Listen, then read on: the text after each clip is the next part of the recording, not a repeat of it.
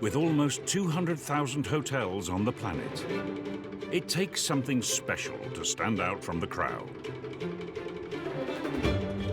Some hotels achieve a status that goes beyond 5 stars. When you go there as a regular person, you are a celebrity. Butler service. You have everything you could possibly want. Want to sleep in Marilyn Monroe's bed? Of course you can, for $7,000 a night. And satisfy the world's most demanding guests. It is no surprise for a guest to spend anywhere between $70,000 and $90,000 on room service alone. Today, we're checking into Scotland's most famous luxury hotel. The Queen Mother used to go on a regular basis. Jennifer Lopez hired the whole top floor. Where you can have the full Highland fling. There we go, the amount of cloth in one man's kilt. If you're prepared to splash the cash. You can expect to pay around £2,500 to £3,000 for this bottle. To discover the highs. I never thought I'd be up here, ever. There was enormous crowds blocking the city streets. And the lows. I thought I'd never want to see another hotel again. Of one of the world's greatest hotels.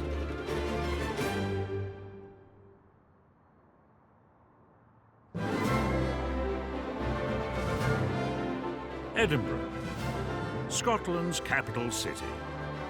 Famed for its castle, its festivals, its royal connections, and renowned as one of the oldest and most beautiful cities in Europe. And dominating this famous skyline, one of the world's most famous luxury hotels. The Balmoral Hotel is one of the most iconic hotels in the world. It's really unique. It's like something from a bygone age. It is such a fixture in the Edinburgh skyline that you cannot contemplate a time when it wasn't there. 10 stories tall, with a clock tower second only in fame to Big Ben, the Balmoral has 167 rooms and 20 luxury suites, including the J.K. Rowling suite, which, if you're a big enough Harry Potter fan, could set you back upwards of £2,000 for a single night.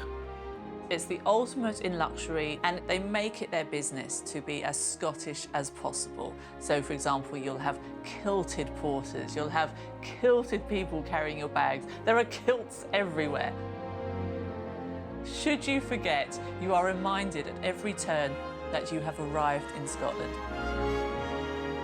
Everybody likes to be associated with it, and everybody has been to stay there. And if you are somebody now, it's where you go.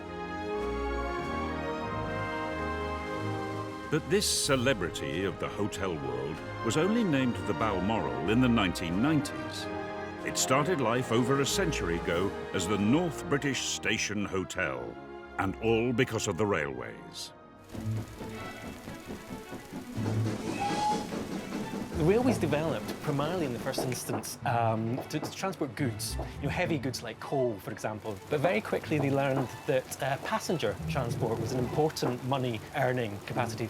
And throughout the latter half of the 19th century, really we had railway companies opening up all around the country and all falling over each other in order to grab that custom.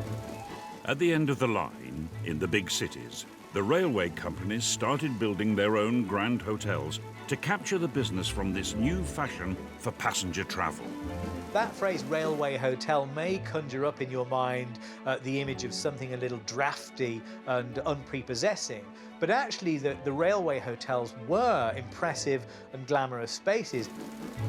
London's first grand railway hotel was the Great Northern in King's Cross, built in 1854. In 1878, York got the Royal Station Hotel. In 1883, Glasgow got the Grand Central Hotel, but Edinburgh was late to the party.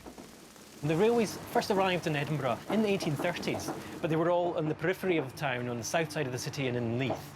They didn't arrive in the city centre until the 1840s.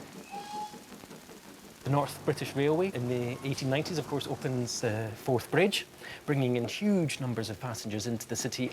Because you've got this railway station in the centre of town in Edinburgh, it's exceedingly busy. And what the railway company hadn't fully appreciated was the sheer volume of passengers that were itching to use the trains to travel north. Waverley Station in Edinburgh had grown as passenger traffic had grown, and in the 1890s, it was decided by the board of the North British Railway that Edinburgh needed a hotel to advertise the power, authority and reach of the railway. It was a bit of a latecomer compared with some of the other English railway hotels, but that meant, I guess, that they felt they had to make it even bigger, even more dramatic. People who travelled by rail were pretty wealthy, so they expected somewhere smart to go to when they arrived. If you were a first-class passenger arriving from the North British Railway, you would have come off your first-class compartment and been ushered into a lift, going straight up to that bridge there. It still survives today. It would have been top-lit, full of vines and plants, but you were shielded away from the smoke and dirt of the steam locomotives below. Effectively, you stepped from your first-class railway carriage into a five-star hotel. And here it is, the North British Station Hotel, rising up from Princes Street with the station way down below.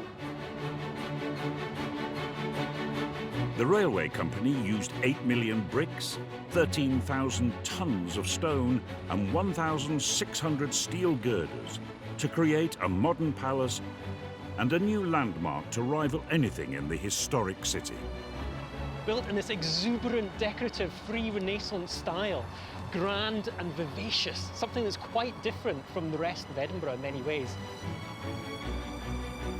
The creation of architect W. Hamilton Beattie, the North British Station Hotel brought unheard of levels of luxury to the Scottish capital. At the time, almost half the city's population lived in two-room flats and were lucky to share a water closet with their neighbours. The hotel, with 300 bedrooms, 52 bathrooms and 70 lavatories, must have seemed like it had arrived from another planet. In fact, the architect had visited some of the grandest hotels all round Europe in order to really design this for the best hotel it could be, the best luxury hotel for the North British Railway Company. 1,000 windows flooded light into every room. Each of the 300 guest bedrooms were decorated in mahogany, leather and deep pile carpets. Massive furnaces would devour 200 tons of coal and coke each month, providing guests with 2,000 gallons of hot running water per hour. There was even a sort of early system of air conditioning and air handling throughout the hotel, as well as electrical lifts. So it was a really luxurious hotel. Over a century later, the man responsible for maintaining that level of luxury is General Manager Richard Cook, with a little help from his sidekick, Lucy. I introduced Lucy as the general manager of the hotel, and I'm her, her keeper. Lucy comes in every day, pretty much, that I'm here. She goes out, licks a few guests, and then comes back and finds more treats. Along with Lucy, it takes an army of staff to keep the customer satisfied. Running a hotel is like running a little city. I have about 330 full-time staff. I was discussing new boilers yesterday with my chief engineer. There's painting going on. I have cleaners, I have people polishing brass. I have security that are in the building 24/7. Plus, I have the ladies and gentlemen that are hand and face in front of the guest. So there's pretty much everything that you'd have in a city. These days, a night at the retitled Balmoral costs anywhere up to £7,000. And unlike when it first opened, they all now have their very own lavs. The interior of this building, I hope, pays respect to the past, but has a nod to the future. I don't want you to be walking into something that's just old and dreary. In the 19th century, rail travel became all the rage for the British population, and grand railway hotels started popping up in all the big cities. And in 1902, Edinburgh decided to join the party and build not just a hotel, but a city landmark. Balmoral, originally called the North British Station Hotel, was designed to knock the socks off the wealthy traveller and make the North British Railway Company appear like giants. It was a statement, an advertisement, a way of showing the power and the authority of the railway. And for the arriving rich, the luxury began the moment your privileged foot touched the platform. You'd arrive at Waverley Station, and in those days you had porters with red jackets who came and collected you, and you would be swept along, it was wonderful, into a sort of palace, really. And to make sure all of Edinburgh got the message loud and clear, the Canny Railway made a gigantic addition to their statement hotel.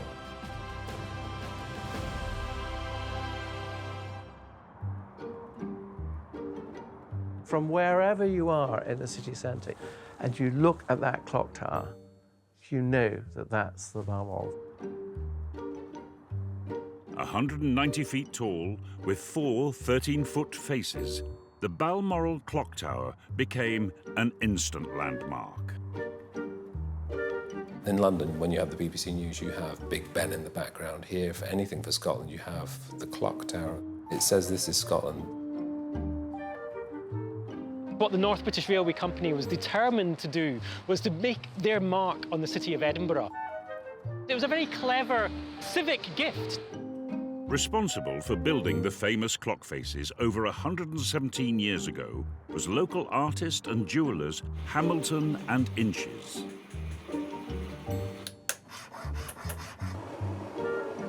And like the hotel, it's still going strong. The relationship with ourselves and the Balmoral goes back. It's the clock that everybody knows, it's the clock that everybody looks towards. For many, many years, teams from here used to go and wind the clock. 3 of them went, took half an hour to complete. So probably 2 of them were watching, the other one doing the winding. But either way, a huge process. I think that's an interesting thing. This one piece will make 52 layers. Watch on mobile devices or the big screen. All for free.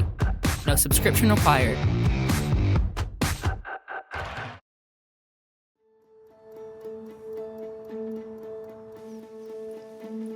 As a young clockmaker's apprentice, Colin Murray had the weekly responsibility of keeping Scotland's most famous clock going.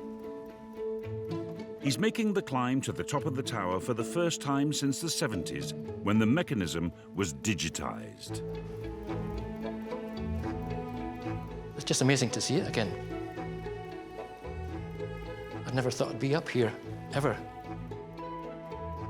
Walking back in here has brought back a lot of memories. It's like a time warp. You know, I've stepped back in time. This is the original clock. It's over 100 years old. All of these 4 clocks were controlled by this mechanism here. It was quite a young man's job. This part here was a kind of pinion that you had to get the key on and just wind it. It's just amazing to see that again. It's just awesome. We tended to not come up at the hour because of the noise striking at 12 o'clock, or whatever time it was, 1 to 12. It was quite loud at the time. And the pendulum making the tick-tock, tick-tock, that sound that a real clock does make, digital. It doesn't sound right. Despite Colin and his colleagues' hard work, it's a little-known fact that this world-famous clock only ever tells the correct time once a year. As part of our job, we had to set the hands for 3 minutes fast every time we came up. One of the interesting things, of course, about this clock is that it was run 3 minutes fast, so that people arriving at the station have time to connect with their train down in the station below. So it's never quite the right time, apart from at Hogmanay, when it's corrected to the right time for the bells. A nice little Edinburgh quirk. And today, if you check your watch, it's still 3 minutes fast. But the clock tower is not the only celebrity to grace the hotel.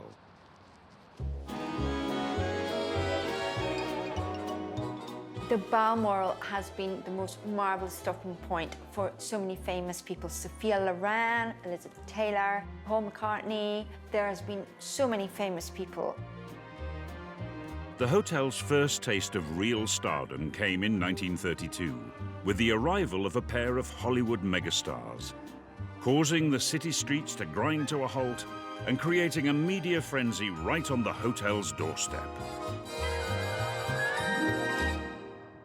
Laurel and Hardy had visited the city, quite unaware perhaps of their fame in the United Kingdom.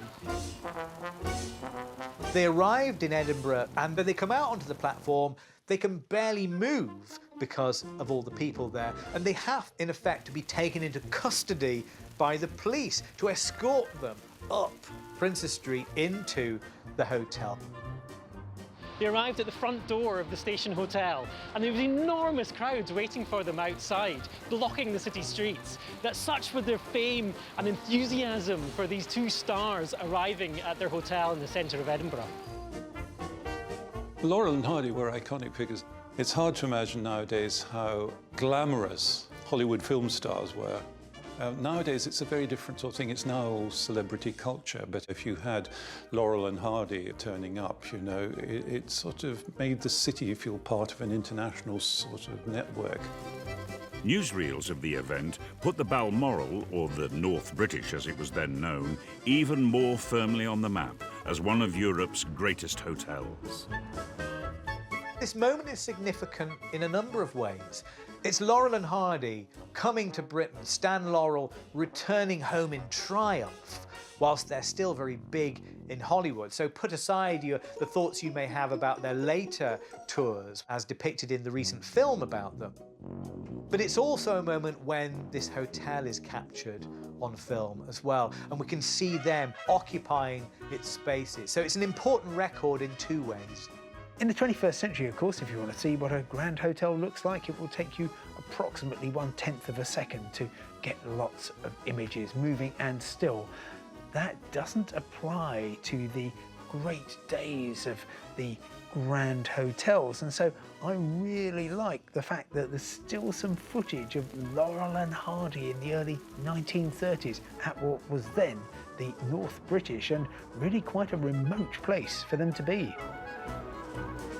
More than 80 years later, the hotel continues to cosset the glitterati, although some need more cosseting than others.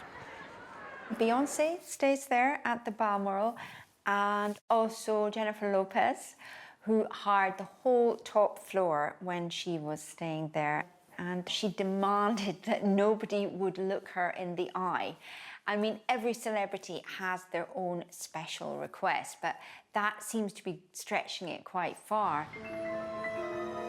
One global superstar even chose to move into the hotel to complete one of the most successful literary sensations of all time. Well, it was rather amazing because J.K. Rowling came to the Balmoral and took this suite, this small suite, and just kept her own counsel.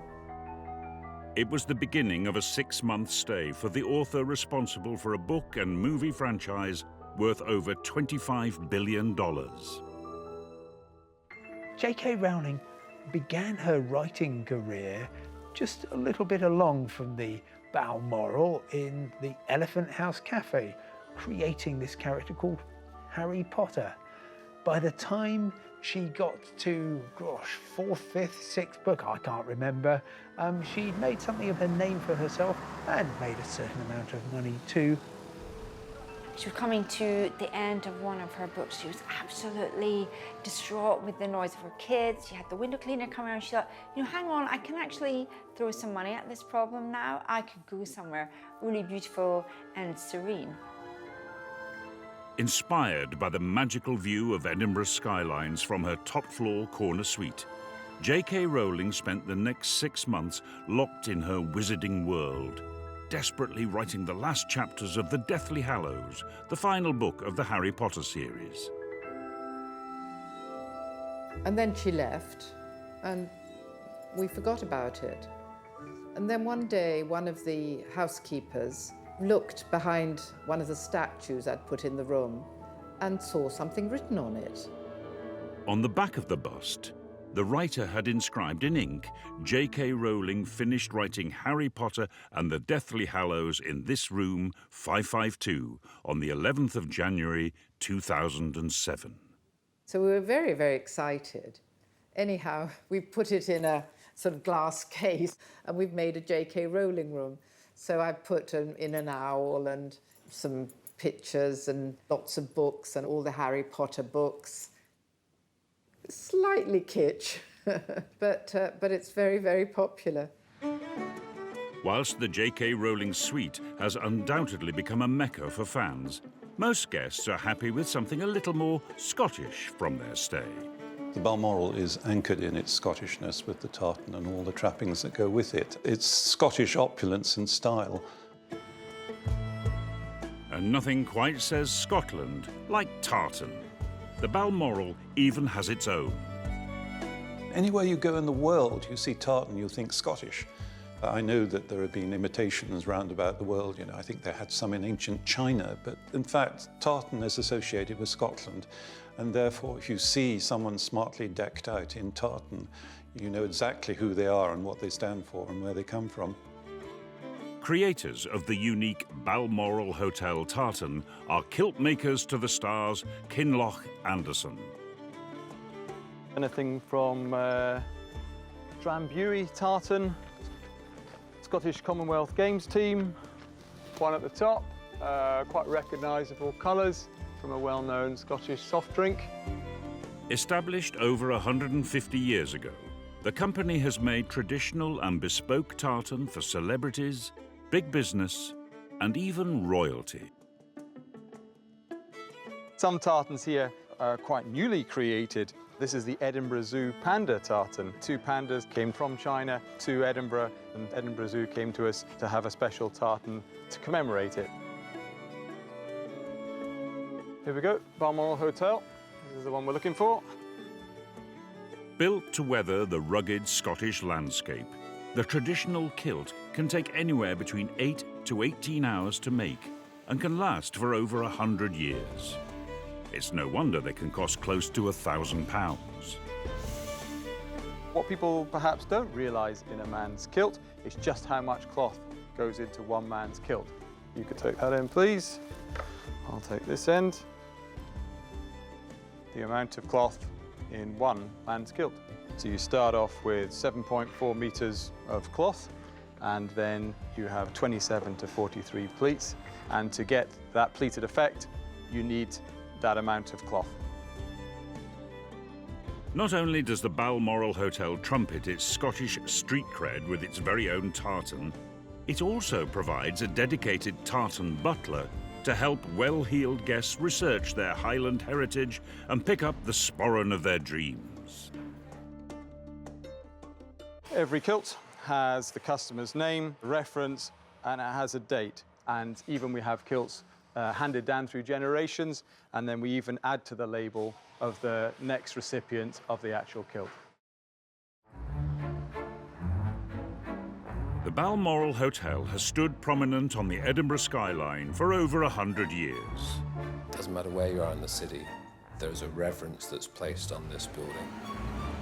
Visitors from all corners of the globe come through the revolving doors in search of a great big slice of Scottishness. To me, the Balmoral offers the Edinburgh experience. And I suppose for a lot of people that means it's the Scottish experience. The hotel has been literally providing guests with a taste of Scotland from the moment it opened. Since 1902, it's been at the heart of the Edinburgh dining scene, although sometimes by default.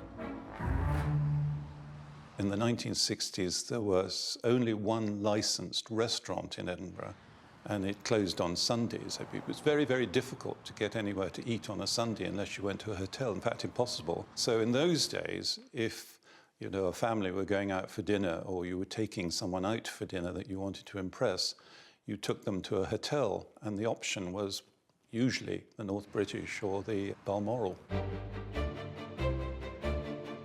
Now, Edinburgh has more restaurants per head than any British city outside London. We're feeding about 1,000 people a day on average at the moment. I look after a significant team, 60 cooks. And the responsibility for keeping ahead of the pack lies with new executive head chef Gary Robinson, currently just months into the role.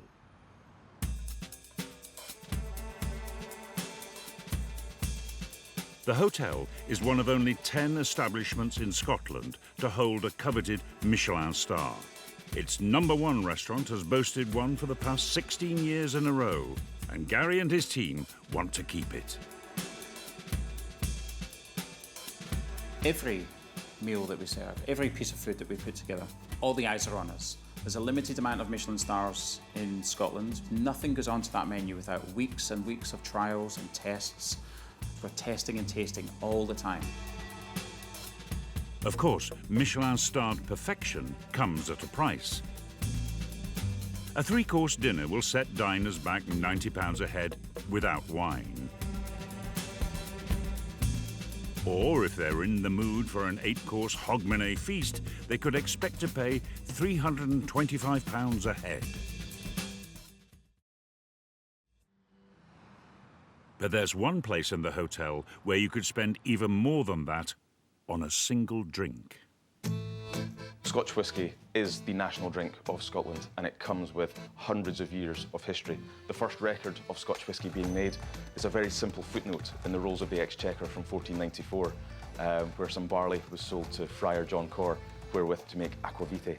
And aquavitae is Latin for water of life, and from there you went to Uiscabe in Gaelic, and then Uisci, and then whisky. The hotel's Scotch bar holds over 500 bottles of the stuff, ranging from the very affordable to the wallet-busting expensive. If you're really looking to get into some of the oldest and rarest whiskies in there, you could quite comfortably spend up to about £350. At £350 for a dram, that's a single shot to you and me, you might be right in expecting a little more than a supermarket-owned brand. Some of the bottles in there you will never see open in any other whisky bar. Whiskies that were distilled around World War II, extremely old whisky, 40, 50, 60 years old. Whiskies that are single cask bottlings or bottled by independent bottlers. They're traded very, very high value. They are status symbols. To have these really iconic bottlings opened by the dram is really quite unique. But it comes at a unique price. So Glenfiddich Forte, this bottle at retail is several £1,000s. So by the dram, you're likely going to be into 3 figures, I imagine. This 25-year-old really is the sweet spot for me. 25 years in ex-sherry casks. You're looking at spending around about 80, possibly £100 on a dram of this whisky. A Mortlach distilled before the Second World War. We see it was distilled in 1936. You'll never find a bottle like this on any other whisky bar. So if you're going to splash out upwards of £300 for just one wee dram, how do you get your money's worth? When you're tasting whiskies of this calibre, the best thing to do is to get it into a nice nosing glass such as this, where we can really appreciate the colour, which is coming entirely from the cask the whisky's matured in. Second thing to do, give a little swirl around. Have a look at the legs or the tiers, the runs of the whisky down the side of the glass. Lots of legs, running quite quickly. It's going to be quite a light-bodied whisky. Very few legs, running quite slowly. That's much more viscous. That's going to be a much more full-bodied whisky. Next thing to do is to give it a good nose. And really appreciate all the aromas. Next thing to do, give it a taste. Delicious. Originally, this grand hotel was owned and operated by the now defunct North British Railway Company.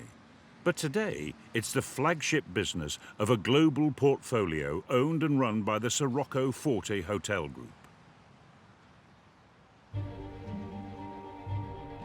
The Forte brand has been synonymous with hotels for the past 70 years, after being established back in the 1930s by Lord Charles Forte. Olga Polizzi, his daughter, remembers growing up around the expanding empire. Well, I was brought up with hotels. I always remember hotels in our lives. My father was a great hotelier. At One time he had the biggest hotel company in the world. We had 800 hotels of all sizes and shapes and stars. We had Travel Lodge, Post House, and then we had the grand hotels like the Georges V, the Plaza Athénée, we had the Hyde Park Hotel. We were a very big family, 6 children, and we often used to have meals together in our hotels. He also ran the catering at the airport, so every time we travelled, we went to the airport, we had this huge table with 6 of us, and my father often discussed hotels and catering. And so that's what I remember, that's the only thing I know, really. In 1988, the North British Hotel, then slightly less glamorous than during the heady days of the railway boom, closed for a massive £23 million programme of refurbishment and rebranding. The North British name was dropped and the Balmoral was born, a name more aligned with royalty than railways. And in the early 90s, it became part of the huge Forte hotel group. It was always important. It's special. It's big, it's huge, it's beautiful, it's architecturally beautiful. In 1992, Olga's brother, Sir Rocco Forte, succeeded his father as chairman of the family's hospitality empire. But just 4 years later, a £4 billion hostile takeover by the Granada Group saw every single hotel wrested from the Forte family's control, including the Balmoral. His own future now uncertain, this was clearly a bitter blow. Well, of course I'm disappointed. I think we've delivered a lot of value for shareholders. We've done a very good job in defending this company. When we had the hostile takeover, I left the company with my brother. He was determined to keep going and keep in the hotel business. I thought I'd never want to see another hotel again. And I thought of doing other things. And then when my brother was really determined to stay in the hotel business and to try and buy some other hotels, I somehow or other sort of hung about and joined him. I was in the design side. He was the one that went around trying to find hotels. And by a strange twist of fate, soon after, the Balmoral's new owners put the hotel up for sale. Rocco pounced, and it became the first purchase of the newly formed RF Hotels Group.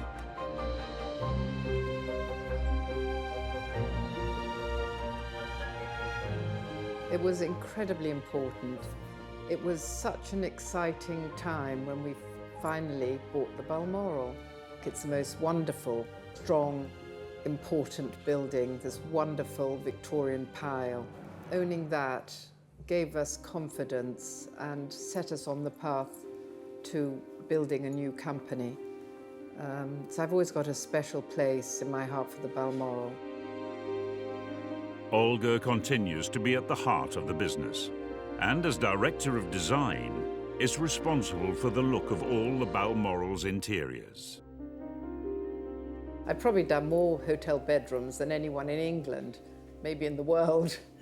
It's always difficult to decide how you're going to go in a hotel, how you're going to design it. And the Balmoral was the same.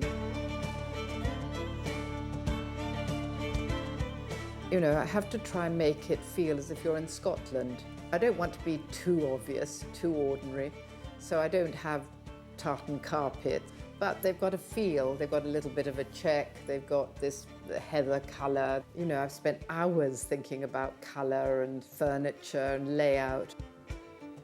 You've got to have a comfortable bed, you've got to have good lighting, you've got to be able to see the television from a bed, from a chair, you've got to have somewhere to put down a bag. The bathrooms, you've got to have good mirrors. But then it's nice to have something unexpected, something that makes someone smile.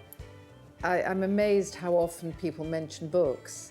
I always choose all the books in all the hotels, and I always put in P.G. Wodehouse. You can read it very, very quickly, and you have a laugh. So all my hotels have P.G. Wodehouse. I think people think I'm mad.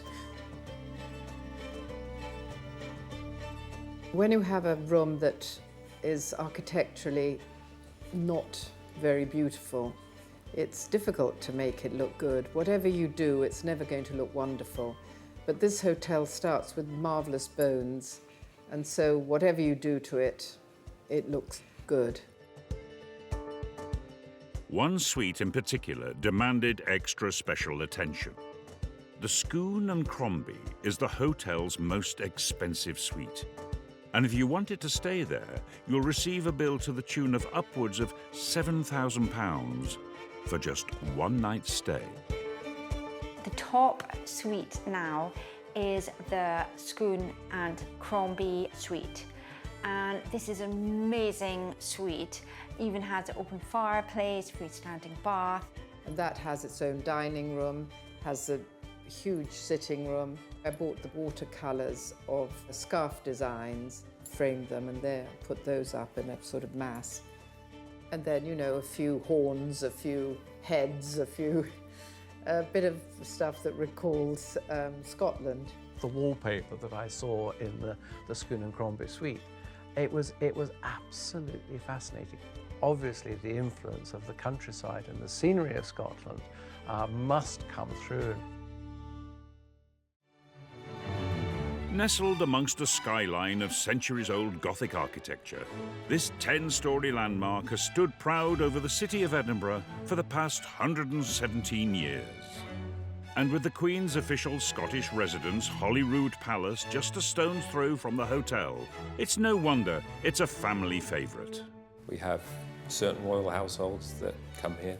They call direct, they text you, and they're here. The 3+ years I've been here, we've had several of the family through. The Queen Mother used to go on a fairly regular basis, and she apparently always liked the roast lamb. We actually have a suite that's named after the Queen Mother, which is the Bowsland Suite, which we just renovated this year. It's now my favourite room in the hotel. So yeah, there is a connection.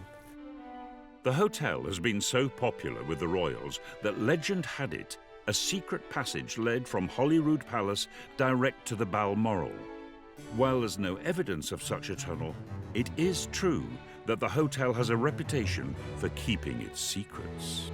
It's a marvellous place for celebrities to stay because it has that kind of feeling of discretion and where they feel quite safe. Also, regular fans of the hotel are a different kind of royalty altogether, the world's greatest rugby stars. We have several rugby teams stay here. The French will stay here. The team that I should be supporting stay here. It's very, very popular during the rugby internationals. You know, the Scotland team, they all are there. I think there can be some quite messy occasions every now and again. The organisers of the Welsh rugby stay here. And then the singing starts. And so you'll have the most incredible melodic tunes coming from the bar, and you know the Welsh have arrived. The Balmoral obviously has had a connection with rugby because of the teams that stay there, and I think all the followers tend to come too. I mean, whether they're supporting England or Scotland or Ireland or Wales or whatever. It's a great place for them. It's so central and it's so iconic.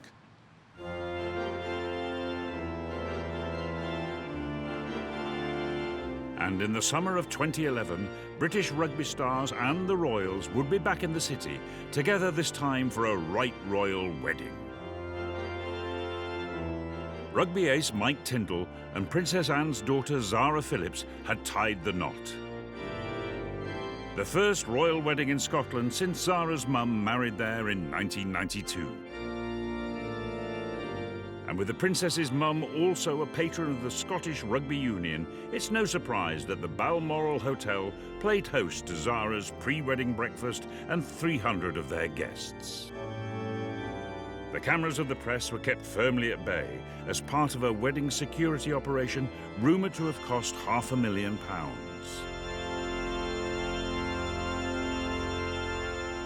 But this hotel is more than just a favoured hangout for the rich and famous. As one of the oldest and most expensive hotels in Edinburgh, guests expect something special. What the Balmoral offers is unique. I think the question that I have to keep asking is it relevant? It is unique. I am the only chap that's selling these 500 single malts.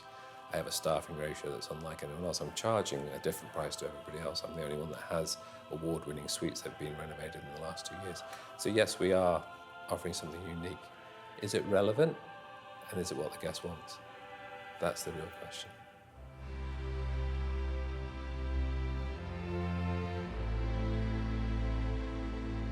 Built to celebrate a golden age of rail travel. This hotel has by no means come to the end of the line. The Balmoral has changed the face of hospitality in Edinburgh. Before it arrived, there was no such thing as a luxurious hotel. It has given the city grandeur and a place that you can stay knowing you will get top-class service and a place with history written throughout its rooms. The hotel's seen the great and the good and has fed an inordinate amount of people and looked after an inordinate amount of people. Changed beds for hundreds, thousands, tens of thousands of people, and it will continue to do so. Our moment now is just to be the gatekeepers and contribute towards the legacy of the hotel.